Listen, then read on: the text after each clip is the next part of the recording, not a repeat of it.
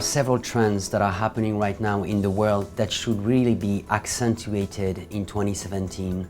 And one of the first trends is definitely that we are shifting from a US-based world order to a world that is more multipolar and possibly more unstable.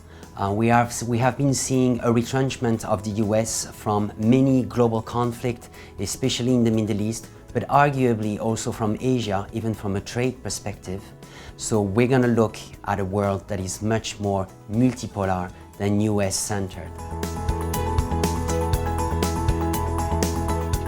So well, what we're saying basically is that we are shifting from a fact-based politics to a post-truth sort of politic environment.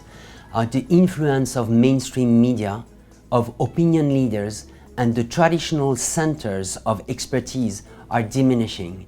And what is for sure is that we have seen a rise in fringe or extreme opinion, sometimes fake news or fabricated news that have been given rising acceptance within the wider public. And one of the reasons is the multiplication of sources of information such as internet. There's a lot of worry how this is going to play out in the European election cycle in 2017. We think that imbalance in the most important election, France, Germany and Netherlands, we will not see a disruptive outcome from these elections.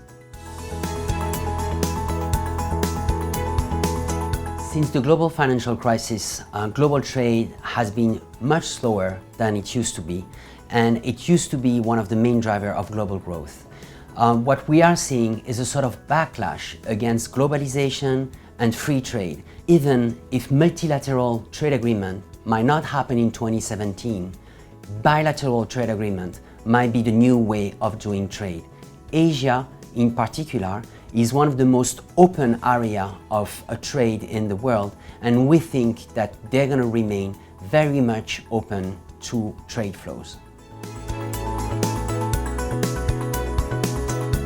The latest trend that we talk about is this shift from monetary policy to fiscal policy. After the global financial crisis, monetary policy was seen as the primary tool in the policy mix, basically. But after 8 to 9 years of unprecedented period of low interest rate and uncharted, unorthodox monetary policy tools, it looks like monetary policy have been exhausted.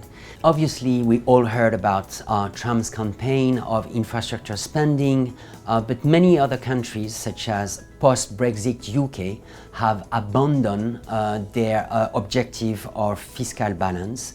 We can think about Canada, we can think about Abenomics in Japan, but also countries like China or South Korea. Fiscal policy will be one of the main themes of 2017.